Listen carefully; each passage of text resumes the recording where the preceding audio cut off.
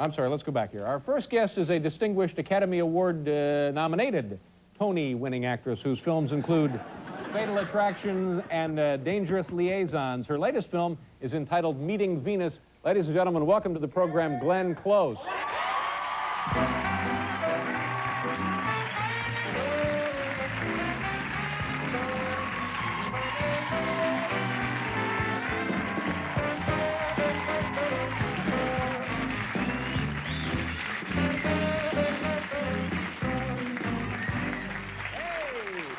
The big bands are back. There are no jobs, but they're back. How are you? Nice to see you. Hey, let me wish you a big happy Thanksgiving. Thank you. How you doing? Have you been traveling? Have you just come back from working someplace? Were you traveling around the world promoting movies? Have you been on vacation? Really? Where were you? I was a whole month in Europe. Well, let's talk about that a little bit. Yeah, with my little girl, Annie, and a nanny, and the director and the producer. Annie and the Nanny. Annie and the Nanny. That's cute, isn't it? Yeah. That could be 9 o'clock on CBS, like Thursday night. And this is the movie Meeting Venus? Meeting Venus, yeah. And this is about opera? Well, it's not really about opera. Opera's the background of the story. All right. It's a comedy, romantic comedy. And what begins? What happens?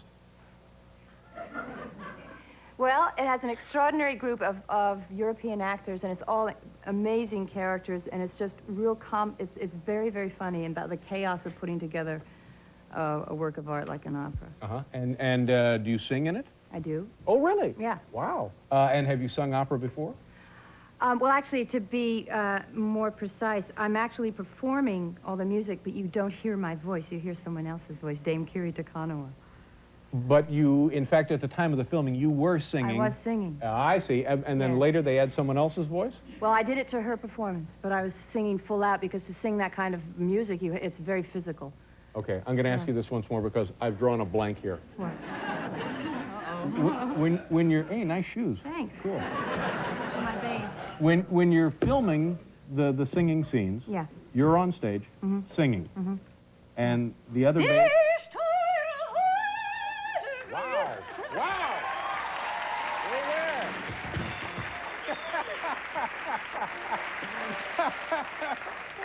You know, that's very impressive, and it caught me off guard. And, Scared you. and are there many rim shots in opera? That's what I... So, but to me now, you could do it. You could carry the film doing that. But they have another woman's voice in. Yes, because she's one of the great, great opera singers of the world. Yeah. And my character is a great diva, so my voice is not her. Is this is not the film where you acquired a new pet for yourself? That's a different film. No, that was making, last summer making Sarah Plain and Tall in Kansas. There was this great dog who, all the local people knew that this dog had been abandoned about 3 months earlier, and he kept getting thrown off our set. Just a mutt, kind of a rugged-looking thing? Well, he was a sorry sight. Yeah. He was full of scabs, and I think he was starving, and he was eating bugs. Yeah. And eating a lot of bugs. And one night I was coming out of my camper, and I saw this animal kind of looking up, and I think he actually went,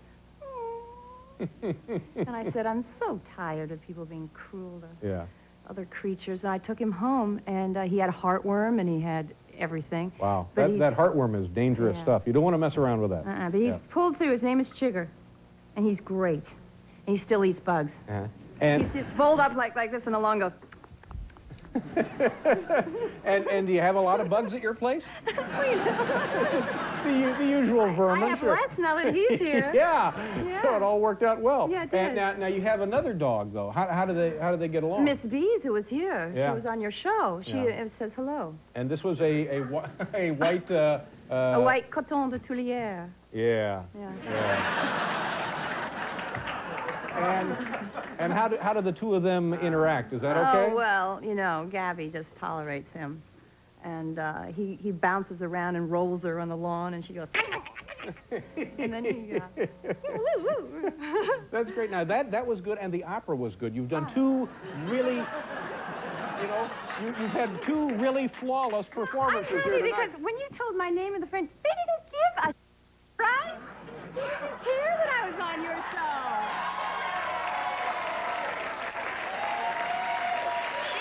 Do you know how brave you have to be to come on this show? This man is a very quick wit. No. See, I believe the apathy had been triggered earlier. Oh, had it? Yes, long before you were announced. Believe me, you had so it's your fault. Yes, it is. Yes, it is my fault. I think it has something to do with that little elevator story. Oh, Yeah. I thought it was funny. Look, exotic, mysterious, and just, you know, very nice. Let's take a look at some of this movie, Meeting Venus. You know what we're going to look at here? You think singing, I do. I hope.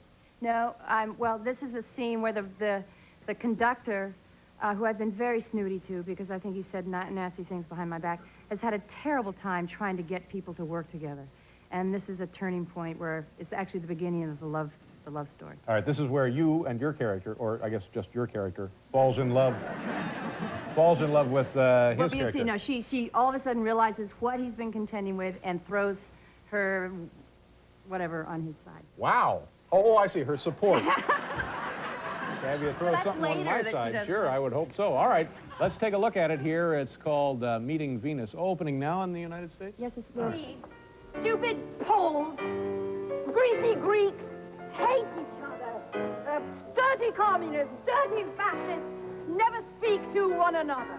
Cheating Czechs, Lazy Latvians, angry Austrians, cheese-faced Swiss, bloody British, smelly Norwegians, drunken Danes, other, Deutsch, Belgians, Hungarians, bloody British, French, Danes, Czechs, Czechs, crazy, Greeks.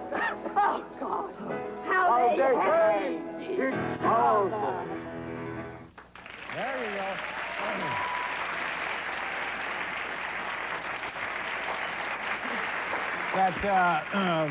The concert hall, the Opera House, looked absolutely beautiful. Where was that? It is a magnificent opera house in Budapest, Hungary. And did you get to film in a lot of those locations, or was that the only one? Oh no, we filmed 6 weeks in the opera house, various locations around Budapest, and did all the studio work in Budapest, and then had 2 weeks in Paris. That must have been great fun then. It was. Yeah. Tell me about the situation. It's you and a group of people in a hotel. No, I'm sorry, in a restaurant. It's a birthday party. No. Yeah. You know what I'm talking about? James Brooks. He's the guest of honor at this birthday party. Is it a birthday party? No. Just a party. Yeah. All right. Yeah. Tell us about that. Why? All right. Okay, well, you could sing a little more opera. Either one. No, it happened. We were doing Brooklyn Laundry, this play in Los Angeles. And Jim Brooks, who is just a magnificent, incredibly gifted man, was directing theater for the first time. And it was Laura Dern, Woody Harrelson, and me. And the whole group were at a restaurant, about 10 of us. And Jim went to the bathroom, and he's kind of shy. And I think it was Woody or somebody had the idea that when he comes back, we should all moon him. And so I thought, yeah, that sounds good. But he said, how can that not sound good? Everybody had to do it. It's no fair, you know. Right. But everybody was game. It was amazing.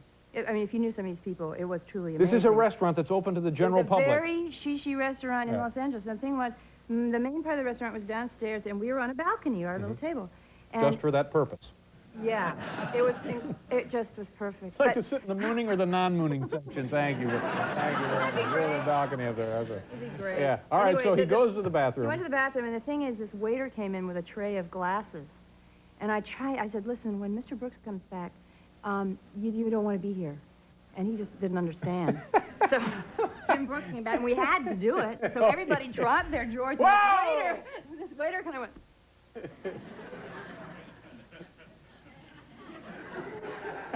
for that long, and then he turned around and never came back. Notified the Board of Health, I would think. But now, actually, the truth of it is there are like 10 people standing there naked from the waist down. Well, you know, mooning is an art. You don't stand there naked. It's just a very quick reveal. Yeah, okay, yeah, but that actually happened? Absolutely. Yeah. Yeah, and then, of course, the idea was that we should turn and moon the whole restaurant. Hey, man. It made sense. We had kind of gotten their interest a little bit. Sure, you talk about there's brain power at work now. You're lucky you folks didn't do time. Let's see, Glenn, have we covered everything? Oh, so you said that the movie is now being released in this country, very popular in Europe, and now coming to the United States? Huge hit in Europe. It's just it's in L.A., Toronto, New York, and all right, good for you. And I guess you'll be having a wonderful Thanksgiving here in the area? Oh, yeah, thanks. Well, you know. All right, maybe My you idea, won't. I don't like, well, Jimmy, who is at Stewart's Market, where I live, is cooking our dinner. Oh, geez, that's very nice. It is nice. Yeah, and do you have a little surprise plan for Jimmy like you did at the restaurant? Hey, Jimmy, more giblets. Here you go, buddy. Nice to see you, and have a great rest of the year and some nice holidays, and come back anytime. Thank you. It's Glenn Close, ladies and gentlemen. We will be right back.